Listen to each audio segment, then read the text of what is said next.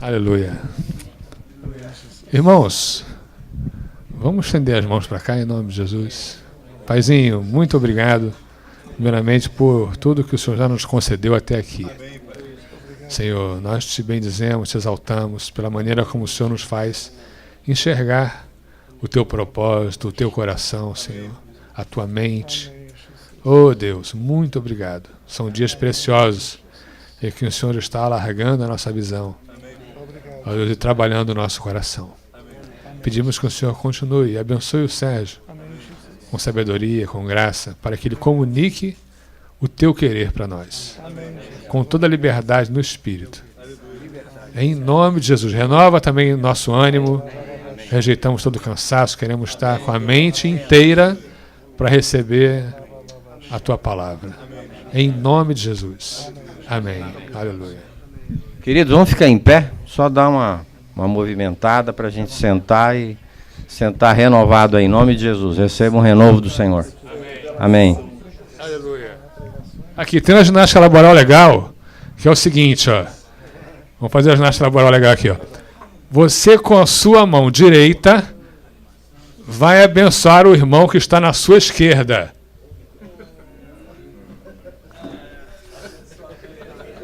E agora com a sua mão esquerda, você vai abençoar o irmão que está na sua direita. E aí, você vai, numa atitude de louvor ao Senhor, vai se esticar para o Senhor. Graças te dou, Senhor. Aleluia. O Senhor é bom. Glória a Deus. Aleluia. Obrigado, Senhor. Alci, você está muito criativo. Gente, eu estou impressionado com o Alci, gente. Ele está muito criativo, gente. Preciso beber dessa água. Meu irmão, vocês me perdoem, eu estou com muita... Tem água aqui? Aqui, eu estou com muita coriza. É como se fosse uma rinite alérgica. Eu acho que eu vou ter que fazer um exercício aqui também para minha voz. Vocês estão conseguindo me entender, ouvir? Amém. É uma grande honra estar aqui. E principalmente para participar desse evento, onde eu pensei que eu vim dar. Mas, sinceramente, eu posso dizer, com toda a garantia, que foi um presente de Deus para mim. Verdadeiramente um presente de Deus. Em todas as ministrações, eu fui edificado, e eu creio que Deus preparou, porque o que eu vou fazer é um resumo de tudo que vocês ouviram. Eu queria dizer que eu me envolvi num ministério de negócios, de empreendedores do reino, quando eu me converti. Eu não sou de uma família evangélica, sou de uma família católica. Eu me tornei ateu aos 14 anos e aos 22 anos, por ter algumas experiências espirituais, eu virei espírita. Fui de quimbanda, fui de umbanda e de kardecismo. E aos 33 anos eu conheci o Senhor Jesus. Eu conheci porque a minha vida estava tão ruim que eu não, para fugir de passar um Natal com a família, num relacionamento tão desgastante, eu fui para o Nordeste. E lá encontrei um homem que falou de Jesus, e eu falei, não, eu acredito. Todos os caminhos levam a Deus. Esse homem veio me visitar no Rio de Janeiro, uns 2 meses posteriormente desse encontro, e ali eu vi um milagre. Ele me perguntou se eu aceitava Jesus, e eu vi um milagre maior do que uma experiência sobrenatural, maior do que eu estava acostumado a ver nos terreiros que eu frequentava. E eu falei, puxa vida, se é para aceitar, eu aceito, mas eu não tinha a menor ideia do que eu estava fazendo. E entre a visita, o encontro que nós tivemos no Nordeste e a visita dele no Rio de Janeiro, Se passaram 2 meses e ele me mandou nesse período uma série de cartas, mandou Bíblia, mandou livros, e do jeito que chegavam eu colocava numa estante. Porém, depois dessa experiência em que eu vi o milagre, eu falei, eu vou conhecer esse Deus. Aí eu abri a Bíblia, ele me recomendou que eu começasse a ler pelo livro de João. Aliás, ele já tinha feito isso há várias semanas, e eu comecei a ler. E quando eu cheguei, meus irmãos, nesse período, foi em 1987, eu já era um gerente, um engenheiro, um chefe de divisão de qualidade.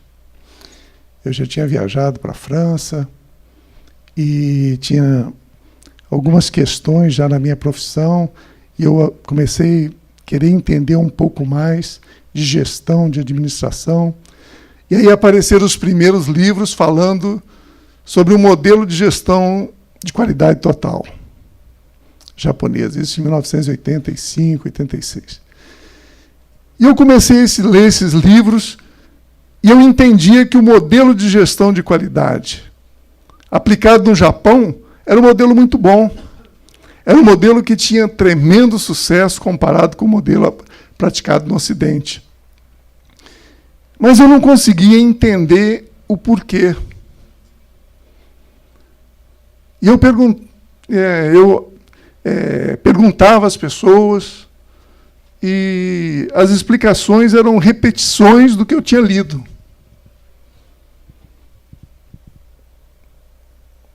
Bom, quando eu cheguei, um dia lendo a Bíblia, nesse versículo, João 12, 24 e 26, que eu queria que nós lêssemos agora, diz assim, na verdade vos digo, se o grão de trigo caindo na terra não morrer,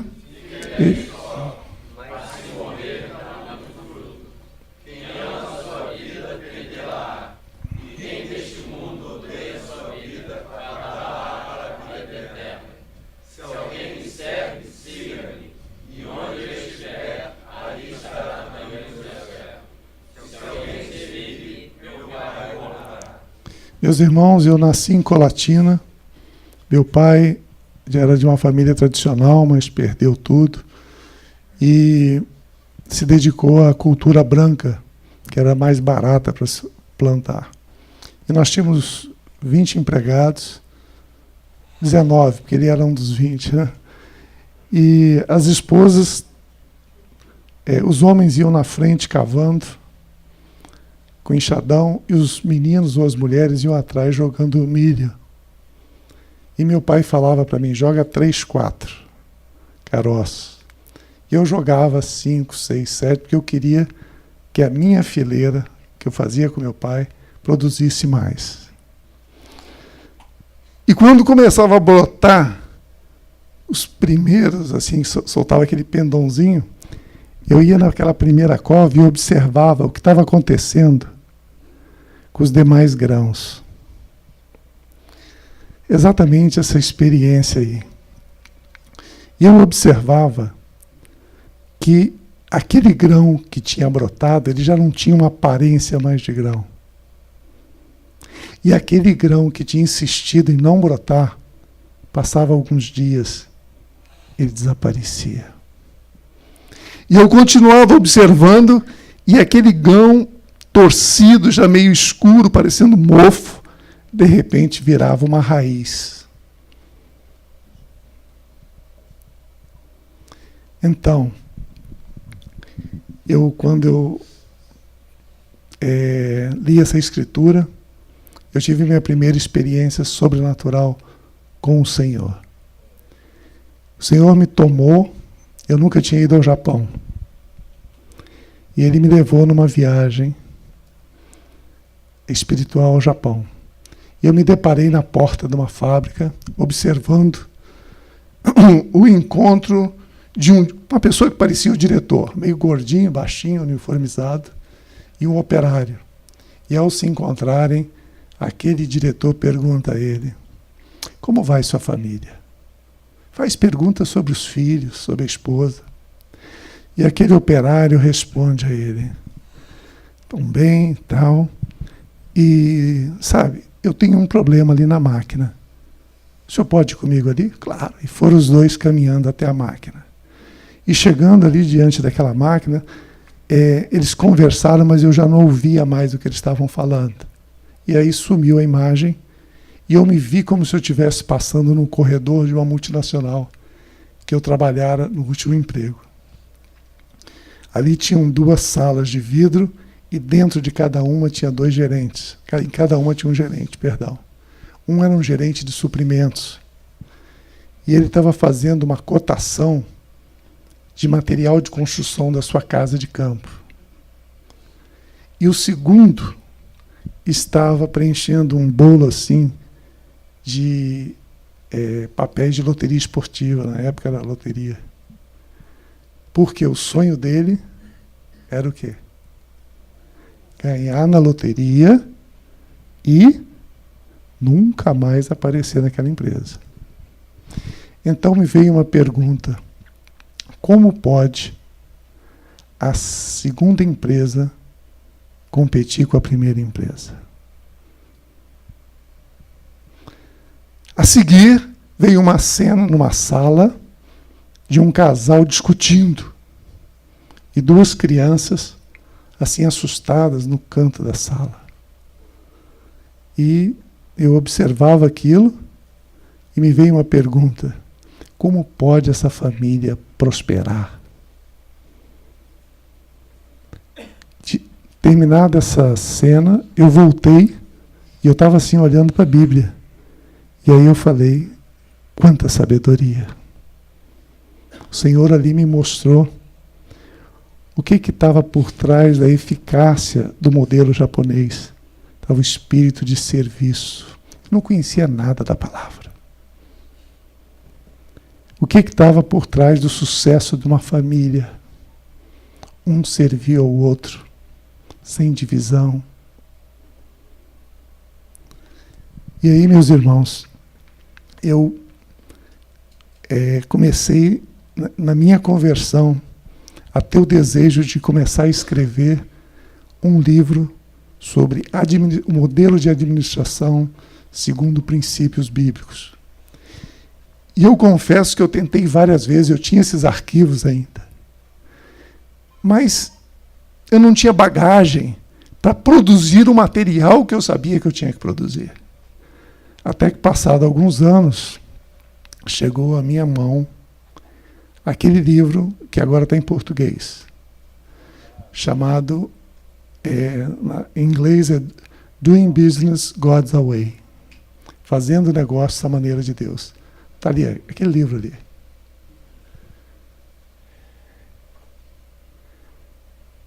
Quando esse livro aqui chegou à minha mão, eu tive muita dificuldade de passar do 2º capítulo. Talvez algumas dificuldades que vocês estão tendo de absorver o que o irmão Paulo falou aqui e outros palestrantes. Mas eu me esforcei muito e eu cheguei ao capítulo 3, 4, 5.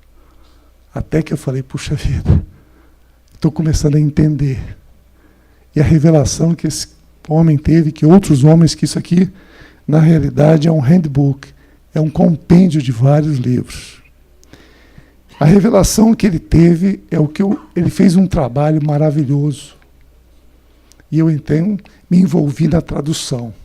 Comecei a buscar tradutor que tivesse conhecimento de economia, de administração, de teologia.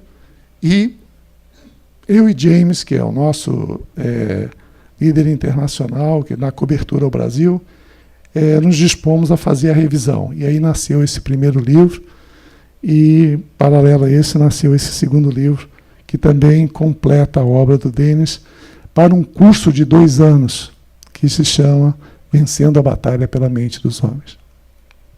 Eu fiz essa introdução para dizer que o que vocês estão ouvindo hoje aqui e o que eu vou apresentar não é modismo.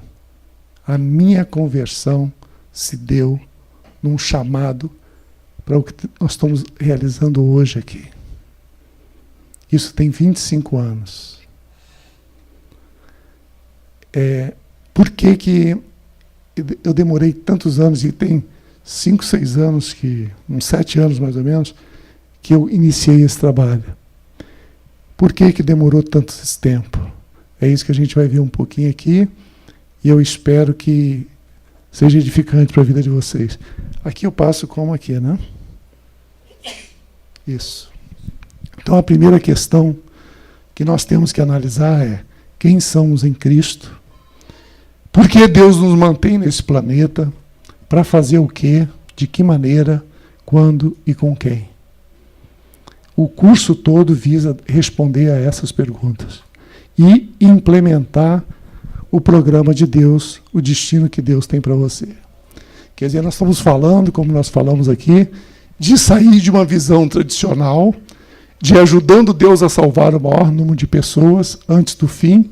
Uma vez que temos a salvação e como Deus está no controle de tudo, vamos simplesmente cuidar dos nossos afazeres pessoais, evitar grandes pecados, testemunhar quando possível, construir igrejas bem-sucedidas e cair fora deste mundo mau. Nós estamos falando em sair desta visão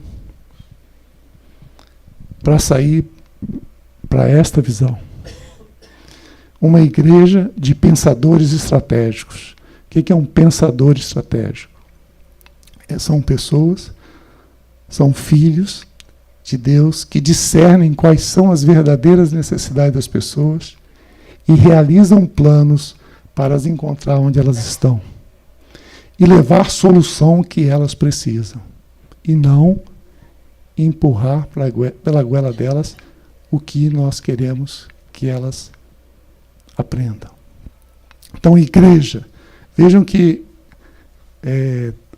o que vocês vão ouvir aqui, vocês ouviram hoje durante a maioria das pregações. E vocês nenhum dos pregadores conhecia essa transparência, nem eu conhecia o conteúdo deles.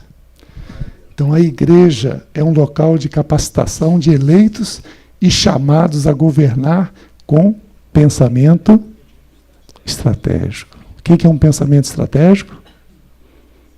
É identificar as necessidades das pessoas e fazer um plano para encontrar com elas um determinado tempo e momento.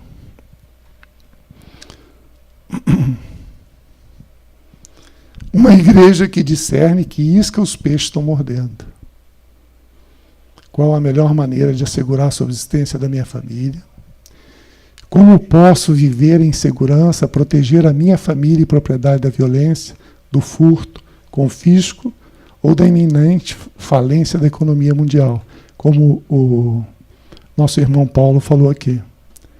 Como posso estabelecer e manter relacionamentos duradouros, casamentos, estamos falando aí, relacionamentos de sócios? Que proposta política de governo devo apoiar para assegurar a segurança, justiça e oportunidades econômicas? Eu diria que quantos aqui vivem essa realidade? Ou suas mentes estão ocupadas com esses problemas? Só eu? Eu creio, meus irmãos, que o mundo todo ele está preocupado com essas questões. E eu creio que a igreja não está preparada para responder essas questões. Nós estamos falando em ter uma teologia, como muito bem abordou o Rude, de ter uma teologia para os problemas além da guerra espiritual. Como nós sabemos, em Hebreus 5,14, o Senhor ele falou que um dos objetivos das tribulações, dos problemas, é nós termos os sentidos exercitados para discernir tanto o bem quanto o mal. Hoje, o Rude está muito mais habilitado que ele estava há 20 anos atrás, 10 anos atrás. Ele foi capacitado para isso através dos problemas que ele enfrentou. Mas é claro que nós vivemos guerras espirituais. Ninguém está falando nada contra isso. Mas nós não podemos achar que todos os problemas são guerras espirituais. São ataques do inimigo. Amém? De uma igreja que dá o exemplo de modelo de governo de ser servido para um modelo de governo em que quem está numa posição mais alta serve mais. Uma das coisas interessantes que eu aprendi no Japão, que depois eu tive, o senhor me deu um privilégio de fazer um curso, mas não vou contar esse testemunho, porque senão a gente vai se alongar muito, é que muitas pessoas não querem ser promovidas. Você sabe por quê? Porque a diferença de salário não é tão grande e ele sabe que ele vai ter que trabalhar muito mais. Então, enquanto para a gente ser promovido é um privilégio, é ter uma sala maior, ter uma mesa maior, ter um salário 2, 3 vezes, ter bônus, no Japão significava trabalhar muito mais, ter muito mais responsabilidade, ficar menos com a sua família. E aí ele preferia não ser promovido. É o modelo de gestão de Jesus, é de um líder que empurra os seus subordinados, os seus filhos, a sua esposa, para o máximo do seu potencial, para o destino que Deus planejou para cada um deles. É um modelo totalmente diferente. Jesus veio para que nós tenhamos vida e vida em abundância. Ele veio nos empurrar para o nosso destino, para que nós possamos cumprir esse nosso destino na máxima da plenitude. Amém. Amém. Em Cristo não somos pobres pecadores, como diz Colossenses 1,13. E como foi a minha vida, eu fui transladado do reino das trevas para o reino da luz. Eu bebia em média 22 chopes por noite. De quinta a domingo eu tinha que ficar fumando 2, 3, 4 cigarros de baseado para ficar bem. Você sabe o que é baseado, né? Maconha. E ao aceitar o Senhor Jesus, meus irmãos, eu sentei no dia seguinte, ou 2 dias depois, na mesma roda que eu frequentava, e eu mandei o garçom voltar com o chopp 3 vezes. Sabem por quê? Porque eu botava na boca e não tinha sabor. E eu achava que a cerveja estava, como se diz, choca. Era aquele chopp que fica debaixo, gotejando, que eles deixam para aproveitar. Até que eu tomei o chopp de um amigo meu e perguntei, o teu chopp tá bom? Ele falou assim, tá normal. Aí eu fiz assim, eu encostei na cadeira e entendi que alguma coisa estava acontecendo. Na sexta-feira, normalmente eu chegava mais cedo e ia para a praia. Eu moro na Barra próximo. E tinha um grupo de jovens fumando maconha. Aquela fumaça, quando foi se aproximando, eu tive uma náuseas. E a partir daquele dia, eu nunca mais consegui beber chopp e fumar cigarro, muito menos sentir o cheiro da maconha. Muitos anos depois, 20 anos depois, eu consegui tomar um copo de chopp. E aí o Senhor me liberou, porque eu já estava liberto do vício. E aí eu pude tomar um copo de vinho numa refeição, como eu faço hoje, porém com total domínio do que eu estou fazendo. Amém? Então, em Gálatas 4:7, como foi falado aqui, assim que já não é mais servo, mas filho, e se és filho, és também herdeiro de Deus. E em Apocalipse 5:10 diz que como filhos para o nosso Deus, nos fizestes reis e sacerdotes, e eles reinarão sobre a terra. Eu não vou me alongar muito nisso, porque já falamos sobre aqui, meus irmãos já falaram sobre isso. A minha pergunta a vocês é, qual é o modelo de governo que nós devemos adotar? Qual é o modelo de governo? Nós somos feitos reis para governar, e nós somos feitos sacerdotes para interceder. O sacerdote é alguém que intercede pelo outro. Amém? Agora, como governadores, qual é o modelo de governo que nós devemos adotar? Queria que vocês fizessem uma leitura visual de Mateus 6, 9 a 13 e Romanos de 12, 1 e 2. Comparem a parte em azul com a marrom dos dois textos.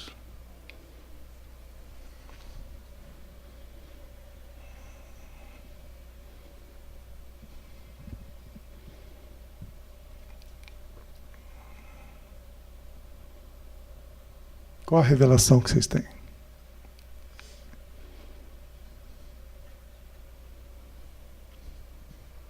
Pai nosso que estás no céu, santificado é o teu nome. Deus é santo. Vamos continuar lendo abaixo, vamos parar um pouquinho e vamos lá. Perdoa nossas dívidas como nós também temos perdoado aos nossos devedores. E não nos deixeis cair em tentação, mas livra-nos do mal. Paulo, quando ele explica qual é o verdadeiro culto, qual é o culto racional, qual é o nosso culto racional? O que está escrito em Romanos 12, 1?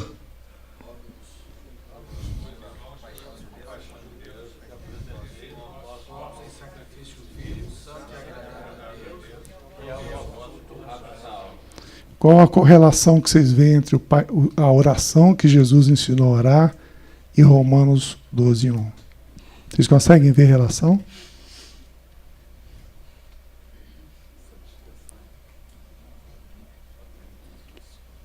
Vamos lá. Pai nosso que estás no céu, santificado o teu nome, venha o teu reino. O que é reino?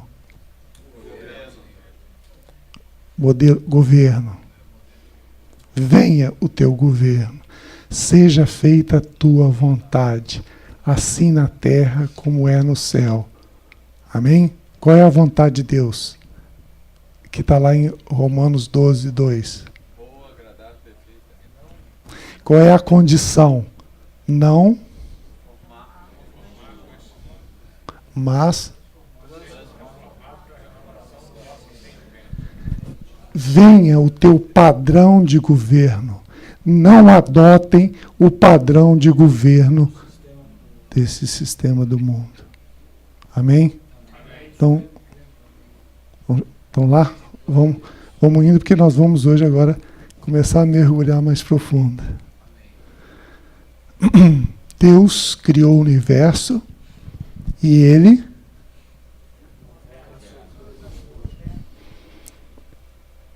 leia, por favor, isso, que isso vai ser um impacto dentro de você e eu quero conversar com você sobre isso. Deus criou o universo e Ele governa sobre todas as coisas.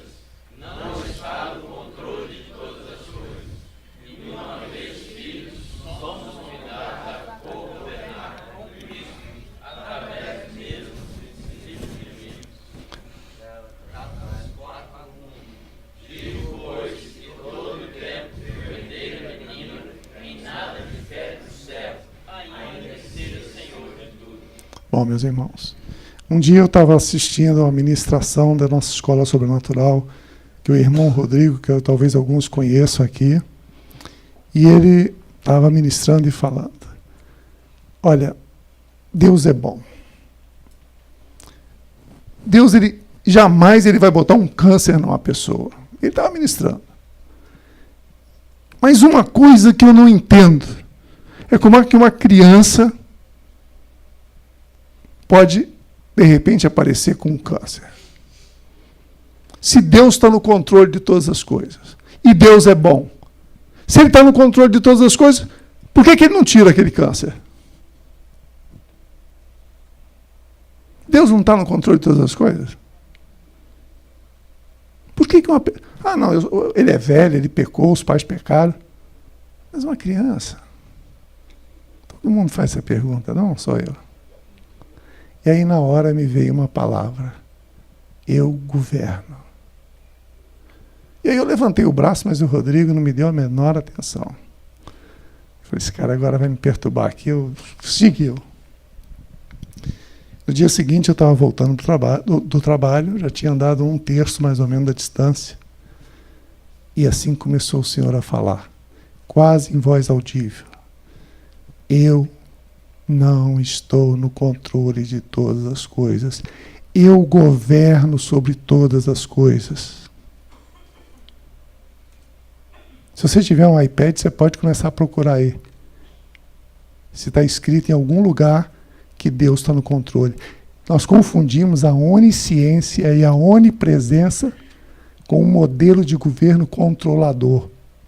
Modelo de governo controlador é aquele que você acha que você vai ter controle de tudo se você assinar todas as correspondências, todos os cheques, e não criar indicadores de governo. Se Deus estiver no controle de todas as coisas, como é que fica a lei do livre-arbítrio? Como é que fica a lei do plantar e colher?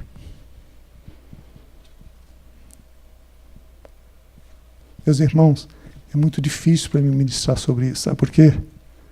Porque nunca tinha ouvido ninguém falar sobre isso.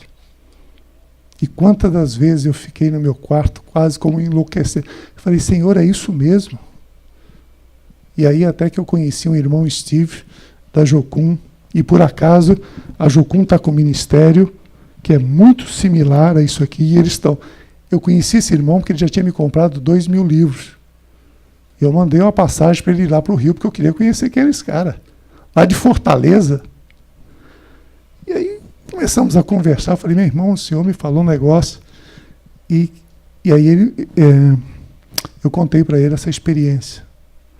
Ele então me falou, você sabe de onde vem esse princípio de que Deus está no controle de todas as coisas?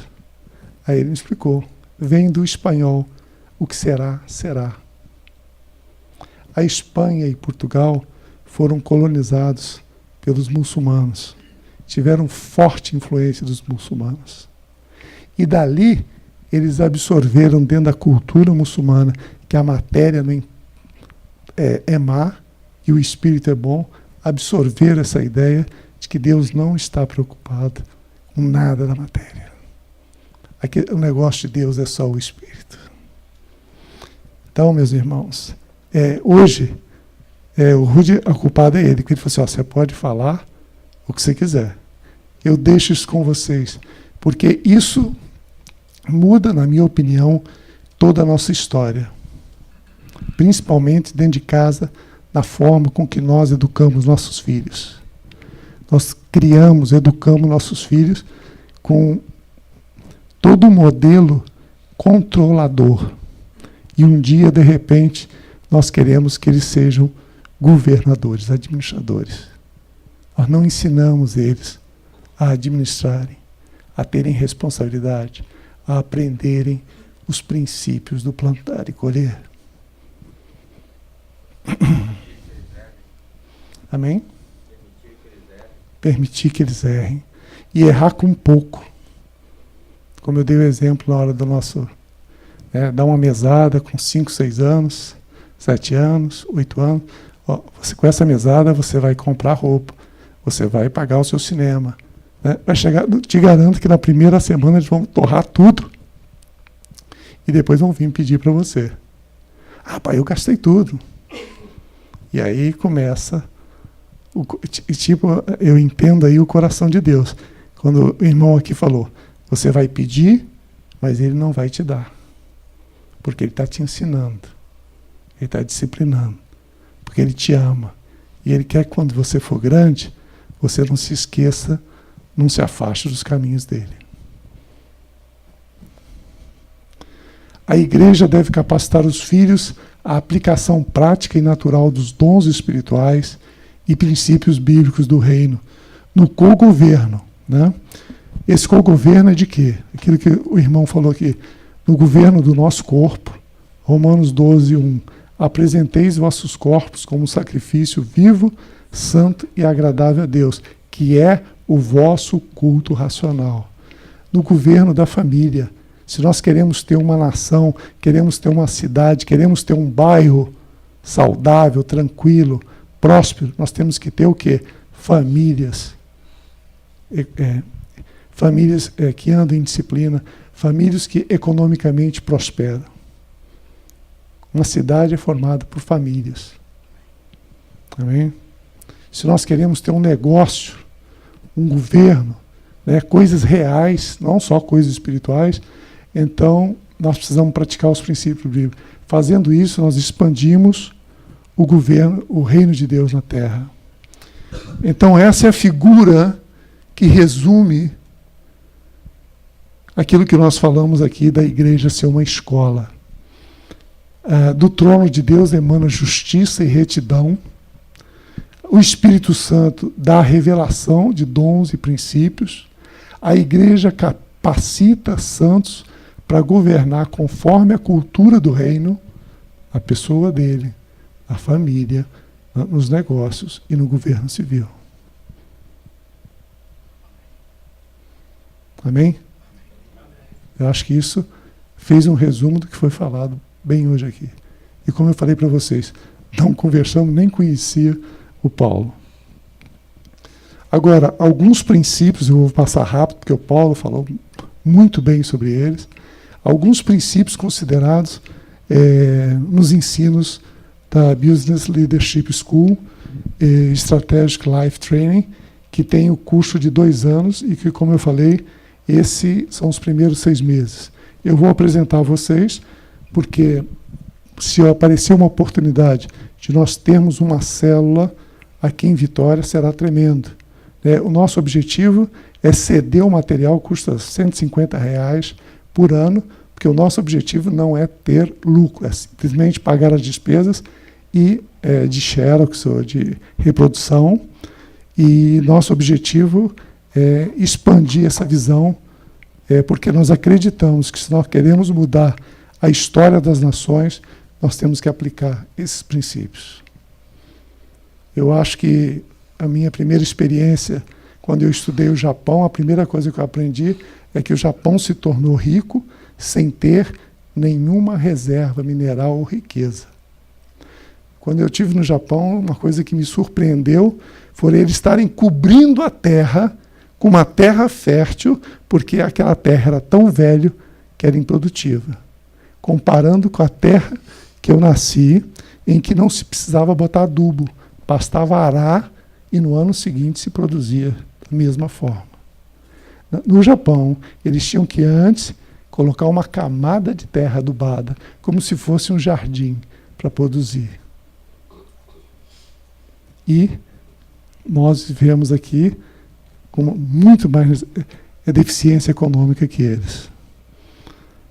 Agora, o Japão não é cristão, mas ele aplica princípios, porque Deming, pós-guerra, ele não teve sucesso nos Estados Unidos em ensinar suas técnicas. Deming era um americano cristão e foi numa viagem ao Japão, pós-guerra destruído, e ensinou princípios cristãos de administração. Os japoneses que não tinham opção aplicaram esses princípios. E por isso que é uma contradição. Apesar deles não serem cristãos, mas como praticam princípios cristãos, porque como o irmão falou aqui, as leis de relacionamento, as leis de governo, as leis físicas, as leis químicas, todas foram criadas por Deus. E o sol, a chuva, ela nasce para o bom e para o ruim. Essas leis de relacionamento, elas existem para os bons e para os ruins. A pessoa que dá... Eu li uma vez um livro de um economista falando que ele não entendia por quê. Nas suas piores crises, economista não, era um empresário, nas suas piores crises aparecia alguém pedindo uma ajuda. E ele fazia um esforço tremendo e ajudava. E aí os seus problemas eram resolvidos. Ele, do nada, no final do livro, se eu não me engano, chama Pai Rico, Filho Pobre. Uma coisa assim. No final do livro, ele cita isso sem nenhuma explicação, porque ele não sabe a origem disso. Ele só sabe que ele praticava isso e dava certo. Então, uma primeira...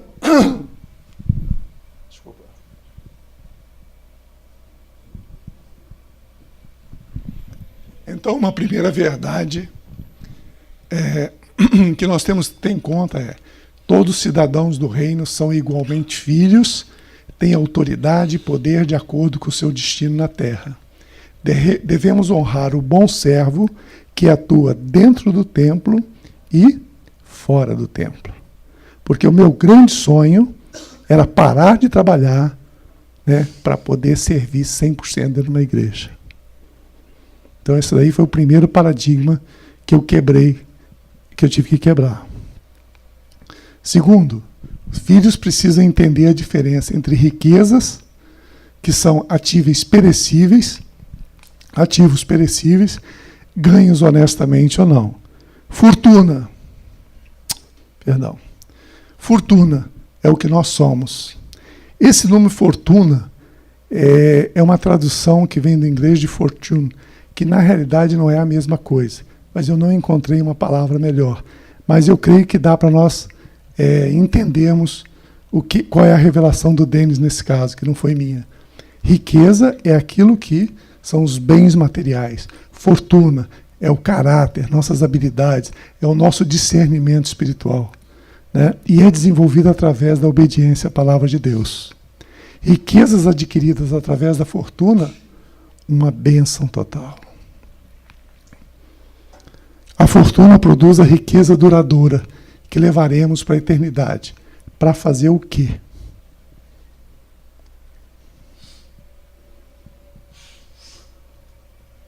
Descanso eterno ou governar a nova terra com Cristo? Amém? Apocalipse 5,10 diz: e para nosso Deus os fizestes reis e sacerdotes, e eles reinarão sobre a terra. Amém? Então, toda habilidade que nós desenvolvermos aqui na terra, nós não jogaremos fora. Nós usaremos para governar as nações em toda a eternidade. Porque Deus trabalhou no passado, trabalha no presente e vai trabalhar no futuro conosco. A desordem econômica, eu vi muitas pessoas aqui, quase que eu interferi na hora. O que o irmão falou é verdade. A crise não passou. E eu creio que vai ser pior. Os Estados Unidos ele tá aparentemente tendo, eu não sou economista, mas eu tenho esse discernimento.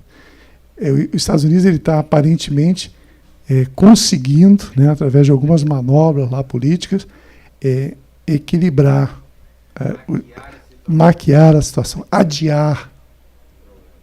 Amém? Mas ela virá. E a criação, os governos vão precisar que nós estejamos preparados para levar a solução, porque eles não têm solução. Se tivessem, já teriam aplicado. Então, a desordem econômica é a chamada para a igreja acordar e apresentar soluções baseadas em princípios bíblicos para uma criação ansiosa pela manifestação dos filhos de Deus. Filhos de Deus adquirem maturidade ao administrar bens e pessoas. 2 Coríntios 5,10 diz: porque importa que todos nós compareçamos perante o tribunal de Cristo, para que cada um receba segundo o bem ou o mal que tiver feito por meio do corpo. Daremos conta de como estamos administrando o que recebemos: corpo, família, negócio, ministério, cidade, nação, etc. E aí os irmãos já citaram aqui Lucas 19, 11 a 27, que fala dos talentos, e Lucas 12 a 48, que quanto mais recebermos, mais nos será cobrado. Líder cristão sabe o quanto exigir de um empregado cristão. Porque, como diz, né? Ao que muito é dado, muito lhe será cobrado.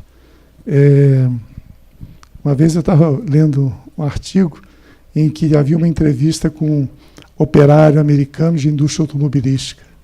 E perguntaram a ele: por que você falta ao trabalho na segunda e na sexta? Quem sabe o que ele respondeu?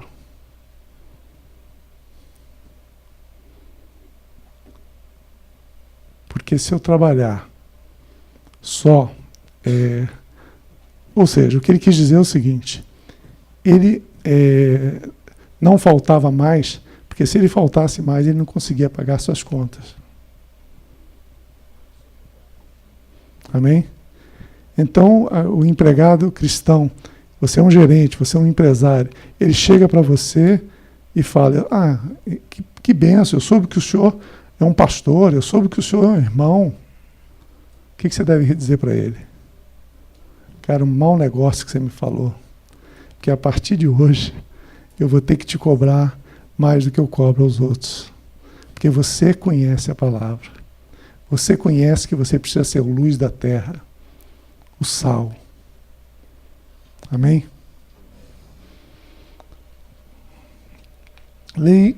O líder cristão entende que o requisito de um líder servo é morrer para todos os seus desejos egoístas, do ego, dos pensamentos e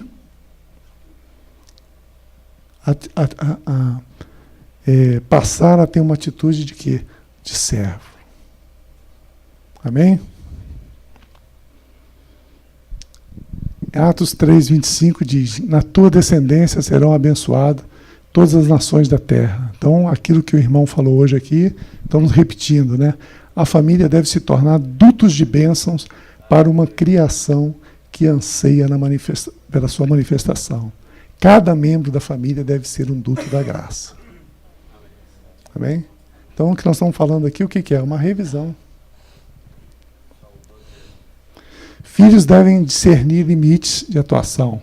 Paulo, por exemplo, diz em 2 Coríntios 10, 13 a 15, nós, porém, não nos gloriaremos sem medida, mas respeitamos o limite da esfera de ação que Deus nos demarcou e que se estende até vós. Então, por exemplo, o líder cristão entende que dívida de consumo é cativeiro. O que é dívida de consumo? É aquele exemplo que o irmão deu aqui. Ele quer uma televisão de plasma, ele vai na Casas Bahia e compra em 48 vezes, pagando 3 vezes a televisão. Provérbios 22:70 diz, os ricos mandam nos pobres, e quem toma emprestado é escravo de quem empresta. É claro que se você fizer um financiamento de um apartamento e você deixa de pagar aluguel, sem nenhum problema. É um bom negócio. Juros da Caixa Econômica, subsidiados, sem nenhum problema. O que nós estamos falando é a dívida de consumo, que é o que destruiu a economia americana. Amém? O filho entende que pobreza como fruto do pecado, entende que pobreza como fruto do pecado e não injustiça. Trabalhei para uma multinacional alemã e eu estava conversando, isso foi no ano 2002, com o dono da empresa, e ele estava falando, Sérgio, a dificuldade que é contratar um engenheiro mecânico aqui na Alemanha. Eu falei, mas o índice de desemprego aqui está 6%, 7%, 8%, e aqui todos são formados. Ele falou, o problema é que o salário do engenheiro trabalhando é 20% maior do que se ele estiver em casa. Como é que eu vou convencer ele a sair de casa para vir trabalhar?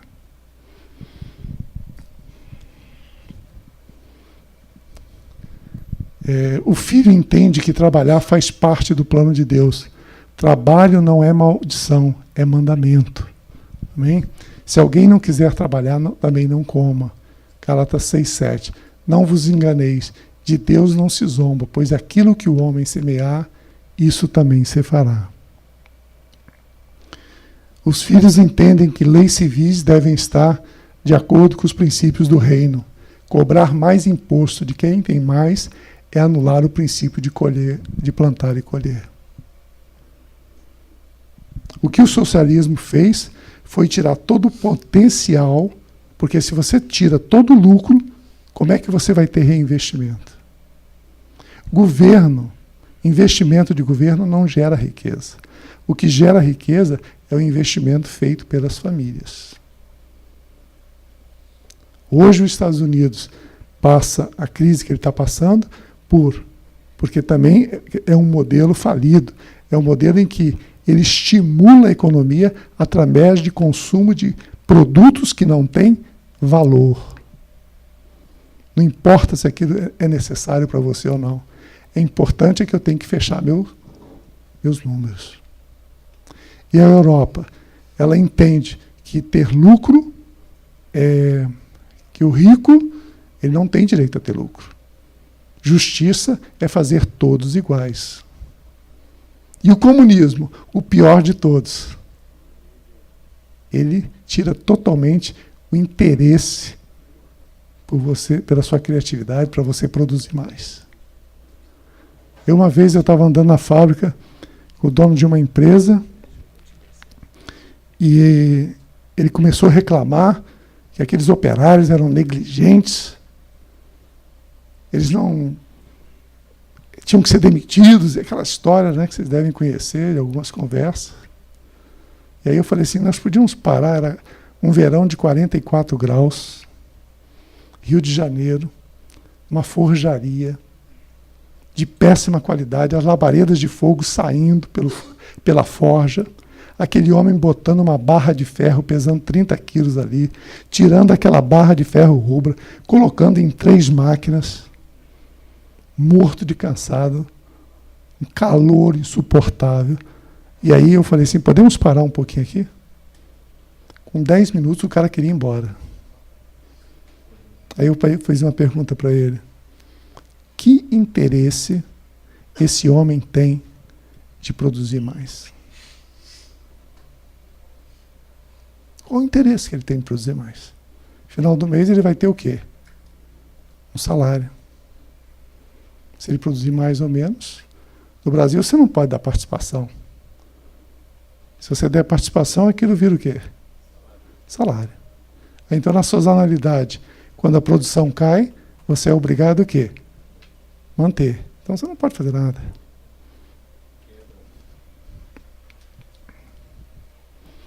O plano é retreinar nosso cérebro, retreinar nosso cérebro biblicamente para cumprir o destino de Deus, como está em Romanos 12:2. Se queremos experimentar a boa, perfeita e agradável vontade de Deus em nossas vidas, o que nós temos que fazer? Nós temos que renovar nossa mente, né? Não nos conformar com esse mundo e renovar nossa mente. Renovar nossa mente com o quê? Com princípios que dão vida e vida em abundância. Deus está à procura de radicais. Isso para mim foi uma outra descoberta. E essa não veio de mim, veio do Denis. Para mim, radical era uma pessoa intransigente. E aí eu fui no dicionário lá confirmar. E não, radical é aquele que procura a solução dos problemas, analisando a raiz dos problemas. Os normais, eles saem à noite para dar sopa para os mendigos. Os radicais, eles ensinam os mendigos a pescar. Amém? Ideias têm consequências. O julgamento já está acontecendo. Como eu falei, nos Estados Unidos, famílias endividadas. Na Europa, nações falidas por fazer todos iguais, através de uma política fiscal que tira do rico e dá ao pobre. Na Rússia, lá naqueles países comunistas, nações falidas por tratar pessoas como incapazes, não aprendendo a ser produtivos. Em Isaías 26:9, confirma o que nós estamos falando. Havendo teus juízos na terra, os moradores do mundo aprendem justiça. Essa realidade eu vivi em 1995. Eu tinha ido avaliar uma empresa na Suécia, uma aciaria, e peguei um trem que chegou em Berlim Oriental. Ao chegar em Berlim Oriental, a estação era tão grande que eu queria saber onde é que era a saída. E eu fui a um guichê. E o guichê era mais ou menos do tamanho dessa sala, e tinha 3, 4 funcionários ao fundo conversando. E eu fiquei desesperadamente. I'm sorry, s'il vous plaît, please. Tudo que eu sabia falar, pardon, né? Tudo que eu poderia imaginar, e os camaradas lá conversando. Até que chegou um estudante para mim e falou assim, você quer ajuda? Eu falei, quero saber, falou em inglês, quero saber como é que eu saio daqui. E aí eu saindo da estação, eu me deparo com um povo alegre, feliz, já no Berlim Ocidental, tomando sorvete, todo mundo andando na rua, sorridente. Então, essa realidade entre um muro que dividiu um modelo de governo comunista e um modelo de governo social-democrata, que é mais ou menos parecido com o modelo bíblico, mas também não é um modelo bíblico. O modelo bíblico nós temos que criar. Ele não está inventado ainda. Conclusão, as portas do inferno não prevalecerão contra uma igreja que expande a cultura do reino com conhecimento, autoridade, o poder de filhos em unidade e honra. A honra, ela é fundamental. A honra é o que cria o ambiente, a atmosfera para que haja crescimento, haja prosperidade. A igreja do Senhor é de servo que usam mãos para curar, para abençoar, amém? E corpos santos e mentes habilitadas pela cultura do reino para discernir e influenciar no destino planejado por Deus em todas as esferas da sociedade.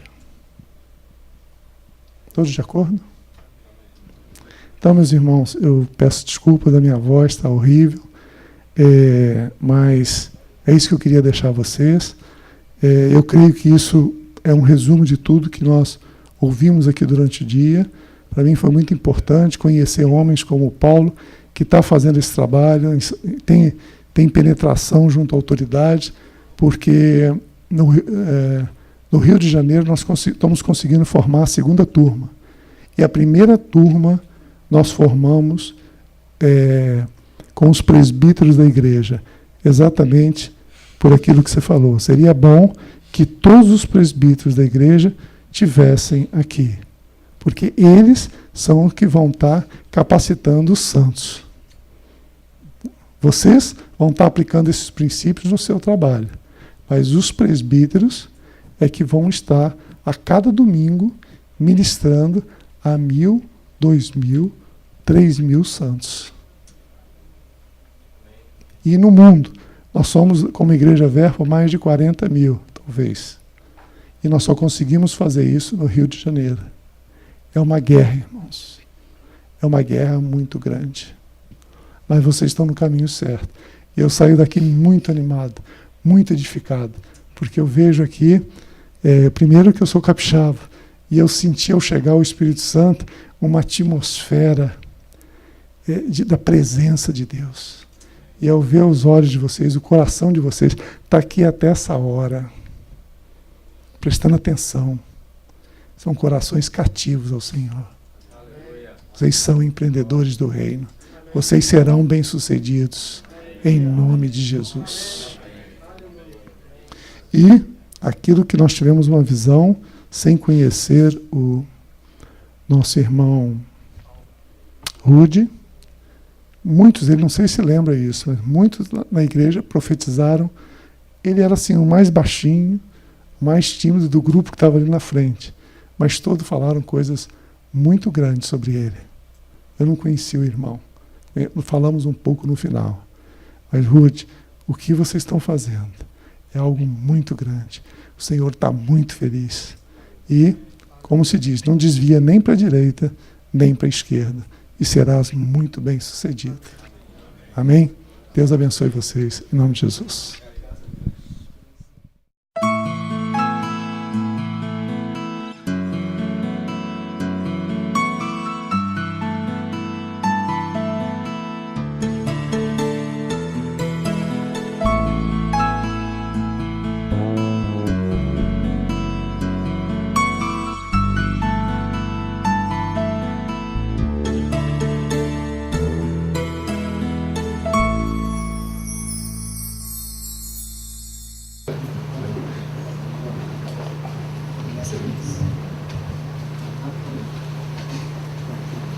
Quem quer orar pelo Rainer aqui?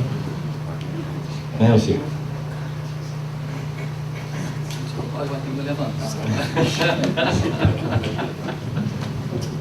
Pai, muito obrigado a Deus pela comunhão que já temos com o Rainer, uns com os outros aqui, por aquilo que o Senhor já falou conosco, Senhor. Muito obrigado. Para nós queremos colocar como quem deseja aprender mais, Senhor, tanto para glorificar o Teu nome com nossas vidas, como para ajudar outros, Senhor, a nos comportar de forma mais conveniente, ó Deus, como filhos Teus, discípulos de Jesus. Por isso nós te pedimos ainda que abençoe também o Rainer nas suas colocações, com sabedoria, com graça e também com autoridade no nome de Jesus. Amém. Que a paz do Senhor seja o hábito em teu coração. Amém. Em nome de Jesus. Aleluia. Se conseguir meia hora, melhor. Tá? Posso resumir bastante. Passar para o lado de cá, né?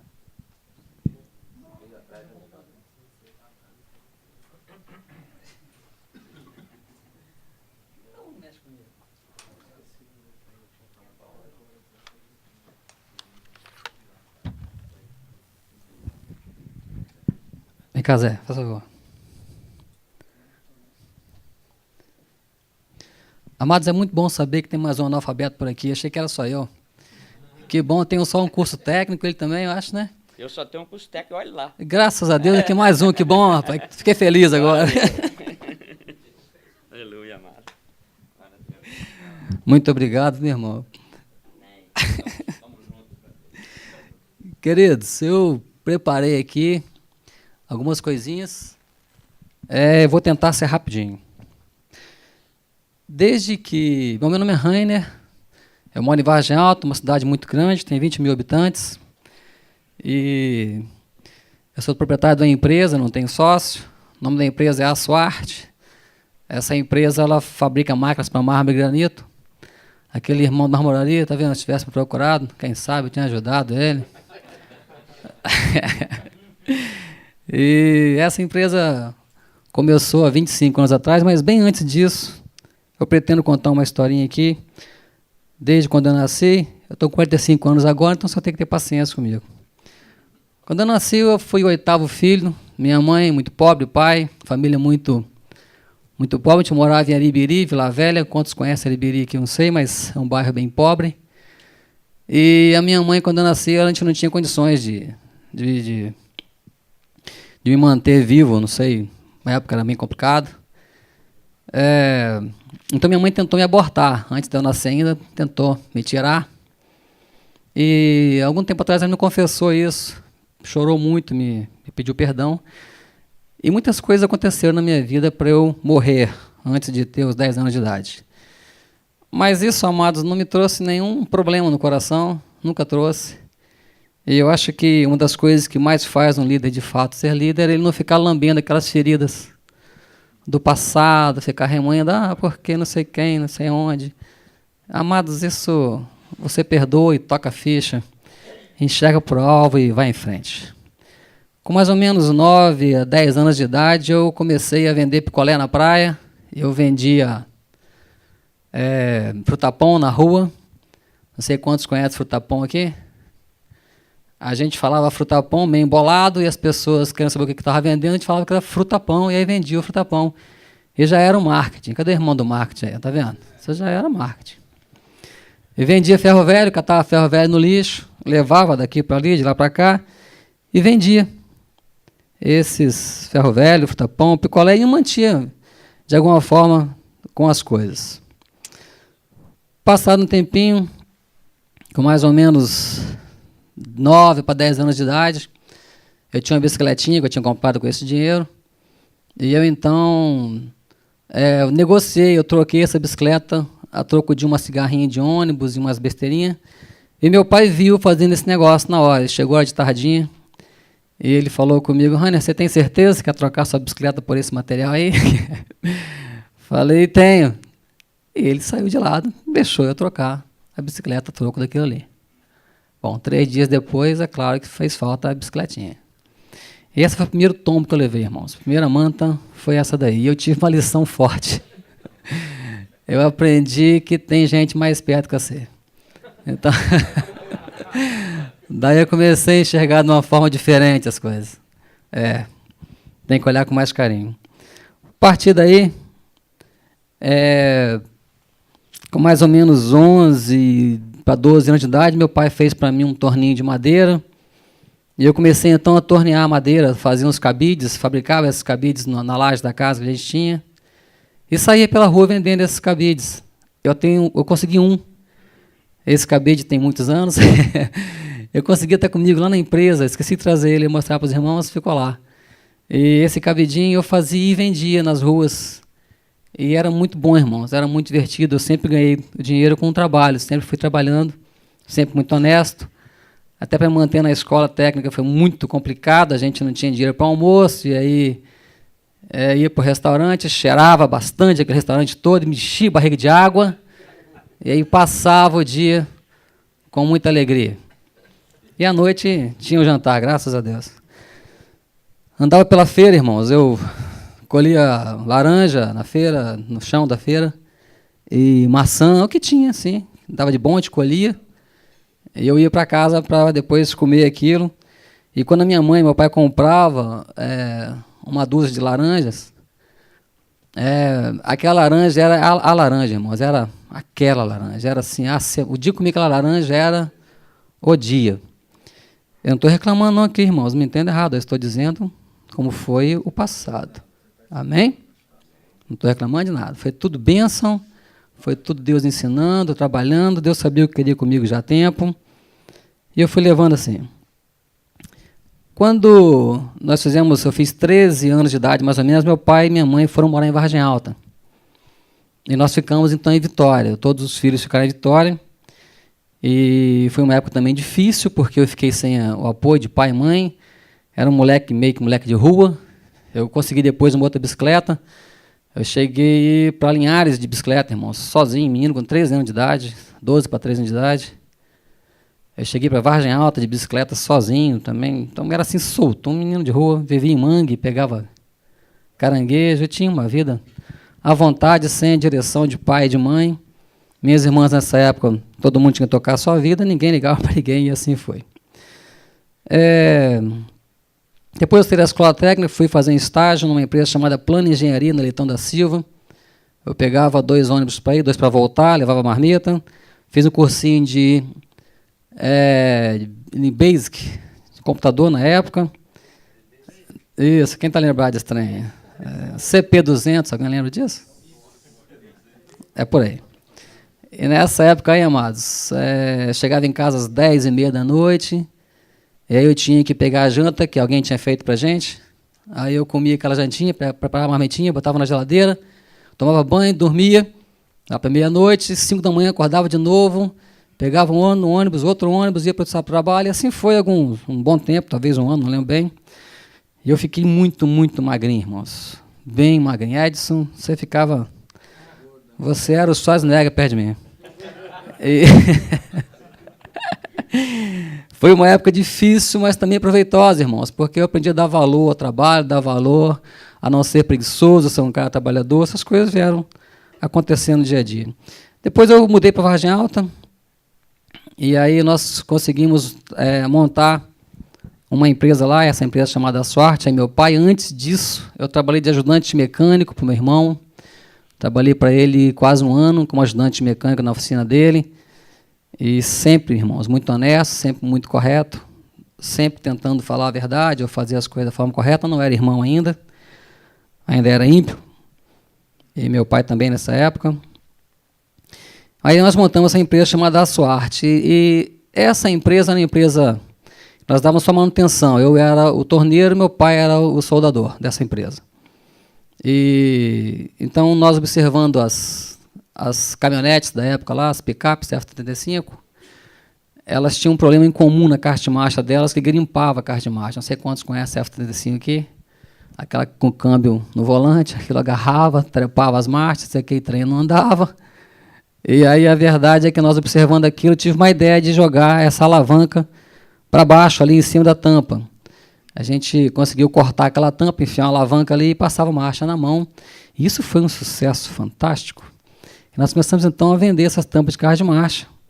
E aí conseguir um funcionário Esse rapaz nós pegamos no Lar Batista, um rapaz que ia ser jogado de lá, porque ele já não tinha mais como ficar lá. Ele fez 18 anos, aí veio morar conosco, a gente adotou ele lá na empresa. Está com a gente até hoje, 25 anos. E, passado um tempo, eu me converti em outubro de 1988, me batizei. E aí conheci os irmãos. Aí então, irmãos, a coisa de fato deu uma guinada. Aí conheci Toninho, conheci Dag, conheci vários irmãos. E numa conversa uma vez com o Toninho, na Praia da Costa, eu fui na casa dele, fomos num barzinho, e ele começou a me perguntar como é que era a minha empresa, como é que funcionava aquilo. E eu fui dizendo, é mais ou menos assim, mais ou menos assado, e ele foi rabiscando no papel, tá lembrado disso? E ele foi rabiscando no papel assim, tal, um guardanapo. E eu fui dizendo, como é que é lá, sua entrada mensal? É tanto, mais ou menos tanto. Como é que é funcionário? Mais ou menos tanto. E assim foi. No final, ele acabou de me perguntar as coisas, pegou aquele papel, me deu na mão. Tinha um painel de um carro desenhado. Falei, eu respondi um monte de coisa pro cara, ele não escreveu nada. Mas tinha um painel de um carro, um velocímetro, um contagirozinho assim, um marcador de combustível. Ele me disse, sua empresa é assim, Rani, esse velocímetro marca mais ou menos. Esse combustível marca mais ou menos. Então, pode ser que você faça aquela curva 60 por hora, pode ser que não. Pode ser que você vai tombar nela, pode ser que você seja com uma velocidade muito além, muito aquém do que poderia ser. Você tem que bater centavos. Está lembrado disso, meu irmão? Falei, gente, eu não consigo, não sei fazer isso. Mas eu abri os olhos ali e percebi que a empresa só iria bem se eu de fato tivesse o controle sobre aquelas contas para fazer o carro de fato andar como ele tem que andar, com os velocímetros tudo funcionando de acordo com o que tem que ser.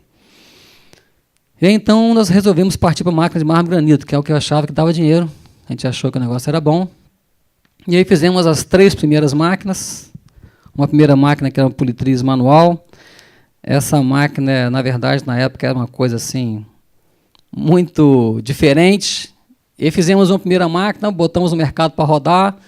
Já tinha que pegar mais outras 2 encomendas. E essa máquina ficou, irmãos, uma porcaria. Ela ficou muito ruim. Ficou muito ruim. Ela ficou péssima, de fato. E ela puxava o operador, uma coisa horrível. E nessa época aí, queridos, a coisa ficou tensa, porque começou a vencer duplicata, a gente não tinha como pagar, porque você vendia almoço para pagar a janta, muitos conhecem isso aqui, e nessa época ficou difícil. Eu me lembro que um dia eu tinha uma duplicata, não sei quantos conhecem esse testemunho aqui, eu tinha uma duplicata para pagar, e eu sabia que eu tinha que pagar a duplicata, eu tinha um Passatinho, eu coloquei a duplicata no banco do caminhão da Passat, sem um centavo no bolso, e falei com Deus que ele ia me honrar naquele tempo ali, que eu ia pagar a duplicata. De alguma forma, eu ia chegar no banco sem dinheiro, eu entrar na fila do banco sem dinheiro, e na hora de pagar, alguma coisa acontecer, que a duplicata ia ser paga, eu não sei o que ia acontecer. Eu sei que Deus ia fazer. Eu dei ré no carro, fui subir na rampinha lá de casa. E aí, quando eu passei em frente à oficina do meu irmão, ele me chamou, aí eu voltei de ré, aí ele falou, Rani, tem um cara que encomendou aqui uma tampa de carro de marcha, pagou antecipado em dinheiro e à vista, está aqui, ó, R$116, ou sei lá que dinheiro que era, a duplicata era 113, e o restinho do dinheiro era para voltar com a gasolina para casa, que também não tinha. Amados, Deus é assim, queridos. Deus te coloca em situações delicadas para você aprender a depender dele. E se você não aprender, ele vai te dar outra.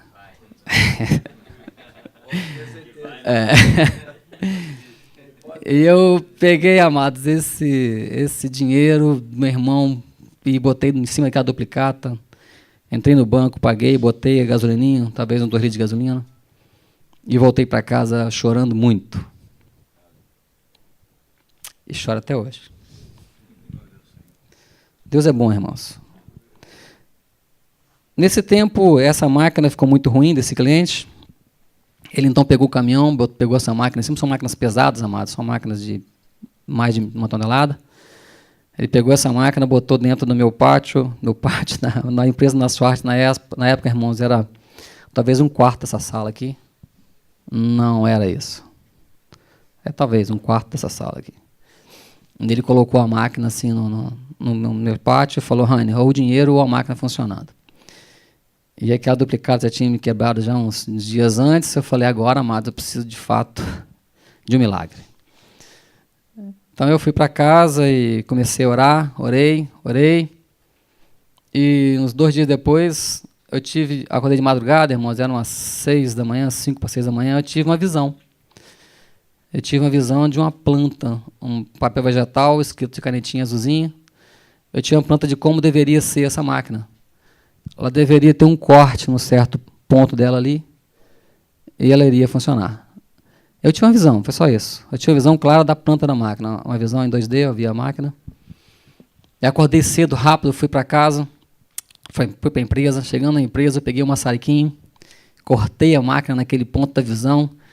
A distância era 362 milímetros, eu lembro da distância, senta até no corte. E eu cortei aquela máquina ali, meu pai chegou na sequência, quando ele viu a máquina cortada, ele entrou em desespero comigo. Aí ele ficou louco, falou, não é assim que se resolve as coisas, cortando a máquina dos outros e tal, depois que você ficou crente, você ficou doido. E os irmãos conhecem essa história. E aí ele foi para casa, eu falei, pai, eu tive uma visão. Ele falou, que visão? E ele ficou muito irritado comigo. E a máquina estava cortada, a verdade era aquela. Queimou a tinta da máquina toda. E eu fiz, irmãos, conforme a visão que eu tive. Eu cortei, soldei a parte de cima, fiz as partes de ajuste laterais, conforme a visão, eu fiz aquela máquina. E pedi para o meu cliente pegar a máquina de volta. E outras 2 máquinas, amados, paradas ali dentro, ocupando todo o espaço ali dentro, sem poder entregar para os outros clientes, porque não tinha certeza daquele equipamento. Então, se aquela máquina não rodasse de fato, eu estaria agora vendendo para o colégio de novo. E aí, o cara pegou, botou o caminhão, levou embora, montou a máquina, eu fiz questão de eu mesmo rodar a máquina para ele. Eu peguei, agarrei a máquina, liguei a máquina, quando ela trabalhou, ela começou a puxar igual era antes, mesma coisa.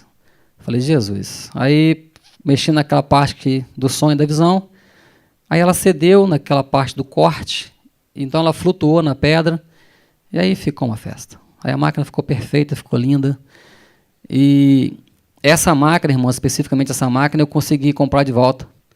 Há pouco tempo, nem comprei, o cliente me deu de volta. Está comigo na empresa lá hoje, ainda vou pegar ela, vou dar um trato nela, sabia que ela está comigo? Essa máquina ela ficou tão jóia, tão boa, que nem as correias de movimento gastaram. Ela simplesmente trabalhava sem nenhum problema. Deus é assim, irmãos. Deus ele faz. Pela misericórdia dele, ele faz acontecer, amados. É dependência, é oração, é confiar em Deus, acreditar que o negócio é dele, é para ele, é ele que faz. É interesse dele, irmãos. É interesse dele. E passaram um tempinho, a empresa ficou então conhecida como uma empresa que dava solução em problemas de marmorarias. Essa empresa ficou conhecida como uma empresa que ia solucionar problemas de marmorarias. Aí o DAG falou, Rani, esse espaço está pequeno aqui e tal, você poderia fazer uma outra empresa, e assim foi. E fizemos uma outra empresa, conseguimos um outro espaço bem maior do que aquele, e a empresa foi crescendo, foi aumentando de tamanho, passamos a fabricar praticamente 3 máquinas por semana, que já era um nível altíssimo de máquinas. E mais ou menos em 2006 para 2007, eu estava fazendo step na academia do Marcelinho está ali, junto com um monte de molezinha. Eu estava lá pulando no step e tive uma visão de uma outra máquina, tive uma ideia, um sonho de fazer uma outra máquina, desenho de uma máquina diferente. E chegou em casa, botei no computador aquela máquina, e aquela ideia.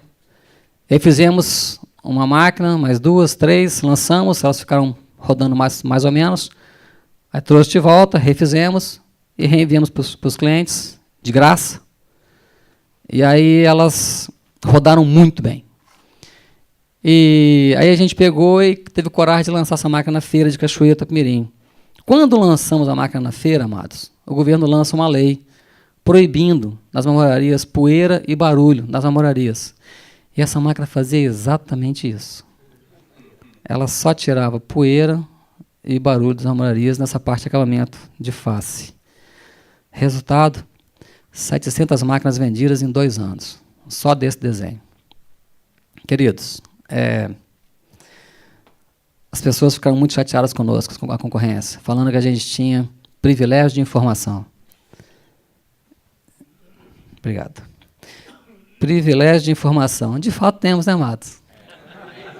De fato, não, se eu falar que é diferente, é mentira minha, né? De fato, se Deus permitiu que eu fizesse essa máquina e lançasse, e depois veio essa lei, então os marmoristas foram obrigados a comprar essa máquina, e só eu que tinha mais concorrência da Espanha, da China e da Argentina. Nossa máquina dava um pau na deles, dá até hoje, diga-se de passagem. E é assim, amado, essa máquina fez um grande sucesso, e depois o Senhor sabe todas as coisas, amados. Eu acho que obedecer a Deus, ouvir discipulador, ouvir os irmãos mais maduros, amados, só tem que crescer, querido. Você nunca perde de fazer isso. Amém? Em 2011, finalzinho de 2011, eu acordei de manhã, eu e minha esposa, a gente foi tomar café. Aí ela falou comigo: Rani, eu tive um sonho essa noite em que várias pessoas da empresa se machucavam. Acontecia alguma coisa lá que as pessoas se machucavam. A gente orou, repreendeu e tal, beleza. Quando eu cheguei na empresa, um funcionário falou comigo: Rani, a minha esposa teve um sonho com a empresa, que várias pessoas aqui se machucavam, havia muito sangue no chão. Falei, nossa. Aí o Ronaldo, encarregado, veio me procurar, irmão. Falou: Rani, a vizinha de um irmão aqui teve um sonho que nessa empresa machucavam 4 pessoas e tal. Falei, uau. E você fez o quê? Ele falou: não, de manhã a gente orou, né, e nós repreendemos aqui e tal. Toda manhã, amados, eles chegam na empresa, isso é uma coisa religiosa, e é uma boa religião, sabe? Eles chegam na empresa, batem um cartão, se reúnem para orar. Quando eu chego cedo, eu estou com eles, mas eles batem cartão, oram, todos os funcionários. A gente tem hoje 90 funcionários. Eles oram, então nesse dia o Ronaldo falou: olha, irmãos, tivemos uns sonhos, vários sonhos, então tenham cuidado, trabalhem com cuidado hoje, que pode ser que aconteça alguma coisa, tal. Então foi falado antes. Deu até a hora do almoço, não aconteceu nada, mas na sequência, logo depois do almoço, a gente tem um terceiro galpão, que é uma outra parte da empresa, no final. Tem 2 pontes de 15 toneladas. Estavam transportando uma máquina italiana, uma Breton, de 25 toneladas. Pegaram essa máquina assim e ela estava transportando. De repente, as 2 pontes caíram. As 2 pontes despencaram lá de cima, caiu a máquina e caíram as 2 pontes. E tinham 4 funcionários ali perto daquela máquina, um estava no comando da ponte, tinha um próximo, o outro lá de cá, e o Ronaldo, encarregado, estava bem embaixo do truque, mas ele tinha acabado de sair, alguns segundos antes. As 2 pontes caíram, irmãos, ninguém levou um arranhão, irmãos. Ninguém. Eu tenho o vídeo das pontes caindo aqui, que as câmeras de segurança filmaram. Se alguém quiser ver depois, eu posso mostrar. Mas ninguém tomou um arranhão. A ponte passou riscando o nariz de um irmão, o Roninho, e ele chorou muito, claro, ficou assustado, o barulho é imenso. A empresa hoje ela tem uma área de 15 mil metros, mais ou menos, de galpão deve ter uns 5 mil, talvez, não tem de cabeça aqui, um pouquinho maior do que esse aqui, acho. E, brincadeira. E tudo vibrou todo o galpão, todos, o escritório, tudo, vibrou tudo. Queridos, é feia a coisa, mas o Senhor se importa, irmãos, é com gente. Porque Deus fez isso por quê? Para mostrar para aqueles que ainda não conheciam o Senhor naquela empresa, como que Deus se importa com gente e não com coisas. Amém, irmãos? Deus se importa com gente. Amados, em 2012, a gente se transformou na maior empresa, em 2011, na maior empresa brasileira, nesse ramo de máquinas para mármore e granito. Em 2012, agora, a gente virou a maior empresa das Américas, nesse ramo de máquinas para mármore e granito. Isso, irmãos, não sobe no meu coração, e nem no coração de nenhum de nós em Vargem Alta. Quem me conhece que sabe o que estou falando, não estou sendo soberbo, irmãos, não me entenda errado. Estou dizendo que, de fato, essas coisas não me faltam, não me sobem na cabeça. Eu voltaria a vender picolé sem nenhum problema. Sem nenhum problema, irmãos. Sinceramente. Eu vou na casa de alguns irmãos, eu tenho prazer de consertar as coisas. Eu tenho prazer de rolar no chão, debaixo de uma porta, um portão, uma máquina. Sem problema, irmãos. Sem problema. Amado, eu fui ter meu primeiro carro novo em 2004, quando já tinha dinheiro para comprar pelo menos uns 50 carros daquele. Não comprei, porque eu não queria que meus irmãos eu queria que eles tivessem o que eu poderia ter. Então, quando meus funcionários puderam ter, então, carros bons, aí então eu tive coragem de vender aquele Logos velho, que dava muito defeito, e comprei um Astrinha para mim, e fiquei muito feliz com ele, em 2004, novo. Foi o primeiro carro zero que eu pude ter na vida. Mas, queridos, sempre amando muito quem estava do meu lado, sempre respeitando muito. Para nós, amados, naquela empresa, o verdadeiro valor daquela empresa são os funcionários. Aquela empresa existe por causa deles, eles sabem disso, eu falo isso com eles. Irmãos ou não? Irmãos ou não? Eles são eternos. As máquinas apodrecem, estragam, elas estouram, elas vão embora. Graças a Deus que eu substituo, né? Agora, as pessoas não, amados. Isso é eterno, isso vive eternamente. Então, o que de fato importa é gente, irmãos. Uma vez fui nos Estados Unidos, o Valmir estava junto comigo lá. A gente foi em Orlando, sei lá o que das contas lá, e o Valmir me deu uma frase que eu nunca mais esqueci. Ele falou comigo: Rainer, pessoas são para serem amadas e coisas para serem usadas. Cuidado para você não usar pessoas para conseguir coisas. Guarda isso, irmão. Essa frase é muito importante. Pessoas são para serem amadas e coisas para serem usadas. Cuidado para você não usar pessoas para conseguir coisas. Amém? Os carros que a gente tem, irmãos, o meu carro é um carro de 7 lugares hoje, mas eu levo 12, 13, eu não estou nem aí. O que cabe? Eu não esquento. Davi sabe disso, eu não esquento. As coisas, irmãos, são para serem usadas em prol da igreja, em prol do reino de Deus, com o foco nas coisas do alto. O importante é fazer todas as coisas convergirem para o que Deus quer que você faça. Entende isso, irmão? Isso é que é importante. Para que você tem esse negócio? Por que Deus te deu esse negócio? Para você acumular dinheiro? Bom, não é ruim isso não também, tá? Mas tem algo a mais, irmãos. Tem algo a mais. Deus tem um propósito para você aqui na Terra. Deus não te colocou aqui para você apenas trabalhar para manter o teu sustento. Deus te colocou aqui para você cumprir o propósito dele aqui na Terra. Quando Jesus morreu, ele disse: tudo está consumado, ou seja, Pai, já realizei tudo que tinha que realizar. Pode me matar agora. É assim, irmãos. Você pode dizer isso para Deus? Tudo o que você queria que eu fizesse, eu já fiz? De fato, você tem essa intimidade? Eu me pergunto para Deus essas coisas. Aquela empresa leva uma plaquinha. Nessa plaquinha tem um nome escrito embaixo de Jesus na nossa bandeira. É quase nada, irmãos. Jesus nossa bandeira desse tamanhozinho assim, mínimo, dentro de uma máquina grande. Mas como aquilo causa impacto. Como aquilo causa impacto. Não tem um cara que liga para lá reclamando no setor de técnicos que trabalham nessa área que não fala: mas vocês não são crente? Impressionante. Impressionante. A cobrança é de imediata. Vocês não são crentes? Então, por que essa máquina veio assim? Máquina acontece, irmão.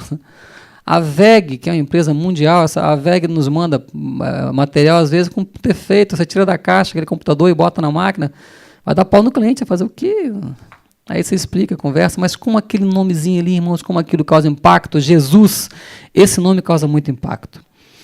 O Dag me disse uma frase uma vez, e é bom que os irmãos conheçam. Ele falou comigo assim: Rainer, praticar as mesmas obras e esperar resultado diferente é sinal de demência. Amados, ele me chamou de demente, porque eu praticava as mesmas coisas e queria um resultado diferente de certa coisa. Ele me deu essa frase, eu falei: meu irmão, é verdade. Praticar as mesmas obras e esperar resultado diferente é sinal de demência, meus irmãos. É preciso mudar em algumas coisas que você está fazendo errado.